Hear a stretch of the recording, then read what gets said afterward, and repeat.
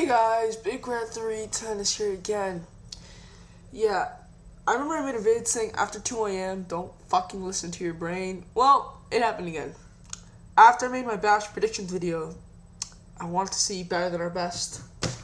A very good show so far. I haven't seen the main event though, Colt Cabana vs. Homicide, which is, I've been following that feud for a while. Joe vs. Kabashi, Supercard of Honor 1. ROH Bloodstained Honor, Supercard of Honor 2, even mentioned it from the previous year. I had been following that feud so much, and that was really the main reason I got this. I want to see the end. And my brain tells me, it's a little cold, why don't you go to sleep? I mean, why don't you just lie in bed? Instantly. Like, I'm talking less than a minute, I was out. And I woke up at like 10:30, exhausted, because my mom woke me up yelling at me, saying I had to go with the DirecTV guy. I was dazed. I didn't know what I was doing. I told him the wrong instructions, and I got to go play basketball really soon. Yeah. Okay, so let's get to the vid. Hey guys, I just played basketball. Yeah, you can see by my sweaty hair, and I'm all sweaty and I'm going to take a shower, but when I take a shower, like I said, I'm in there for like 30 minutes. Just wanted to get this video out of the way. And I know it's rude or disrespectful. I'm sorry if you feel offended by seeing my sweat, which you can't through a camera because my hair's all messed up, then don't watch the vid. Okay. Yeah. As it says by the title, Axe Extreme Rules, Give the Bash a Gimmick, and Night of Champions is on watch. Let me say why. Extreme Rules 2005 and 2006 was very good. It was very good. And then the WWE version of ECW took over. 2006, horrible. I really hated that show.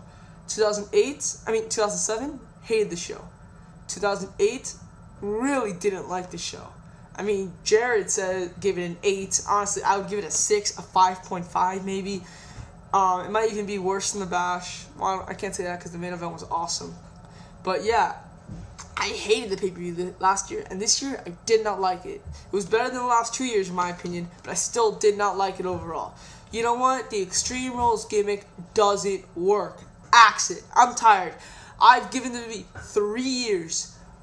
One strike, it's like in a baseball game. When you get one strike, you're like, no big deal. One strike, you're not really worried. And then when you get 2 strikes, you're like, oh shit, we're on watch. We don't want to strike out or else we're fucked.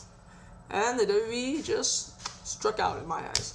Axe the pay-per-view. It doesn't work. It doesn't work. So please, don't put on Extreme Rules anymore. Just take away, you don't need 2 pay-per-views in June for one thing. Like I said, I think it's because WWE wants to compete with TNA, or maybe they secretly want to do it because the only months they have 2 pay-per-views is when TNA has Slammiversary 3 and Bound for Glory. They're 2 biggest shows. And, in fact, back in April, WrestleMania usually is April 1st, April 2nd, and Backlash is the end of April. That's when lockdown happens. Is this a coincidence? I don't think so. So, please axe the Extreme Rules pay-per-view. I'm tired of it. It don't work. I don't want to see another pay-per-view like this. I'm not going to watch it next year because I don't think it can be good. It just can't be good anymore. Okay, give the Bash pay-per-view a gimmick. The Great American Bash, yes, I am saying it, the WWE's version of the Bash, is their worst pay-per-view by far. People say Judgment Day? Hell no. This pay-per-view series is way worse. 2004, bad. 2005, horrible shit. I didn't think 2005 could be worse. They were. Horrible show. 2006, bad show. Did not like it. 2007 has been... 2007 I think is a little underrated. I think it's okay. The main event scene last year was good. Jeff Hardy Umaga was good. Matt Hardy MVP was good. And the Cruiserweight Open, yes, they did bury the Cruiserweights. But that match they had, which was like 20 minutes, I think, that was pretty good. I enjoyed their match. Did I enjoy the Texas Bull Rope? No. Did I enjoy the women's match? No. Did I enjoy Carlito Sandman? No. The Triple Threat? Kinda. I was into it. I kind of enjoyed it a bit. I don't think it was a good match, but I'd give it 2.5 stars, 2 3/4 stars, because I did enjoy it. I was into it. So I think 2007 has been their best Bash pay-per-view, in my opinion. Okay, 2008, shit. This year, shit. I hated this year's more than last year, I think. Wait, let me think about that. I can't think. I'm so exhausted I can't think. I'm not so sure. Maybe, maybe not. The HBK Jericho match, Triple H Edge, tag match was okay. Nah, maybe I like this one a little better. Anyways, the Great American Bash review sucks. It sucks every year.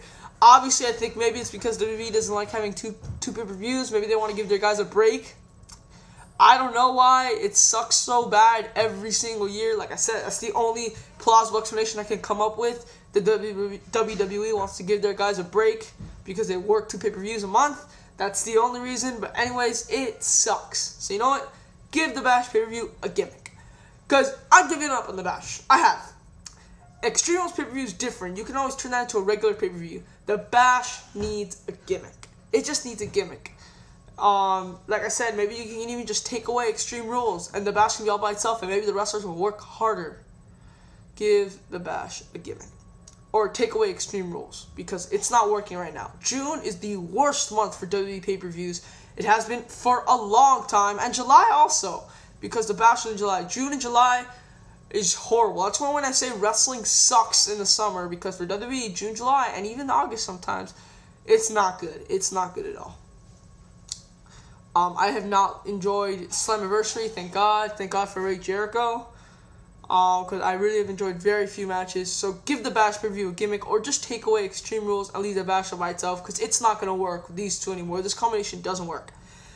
Night of Champions is on watch. The first time they did it, it was bad. Last year's, it was okay. I didn't think it was as bad as everyone says. I thought the main events were great. I thought Triple H was excellent.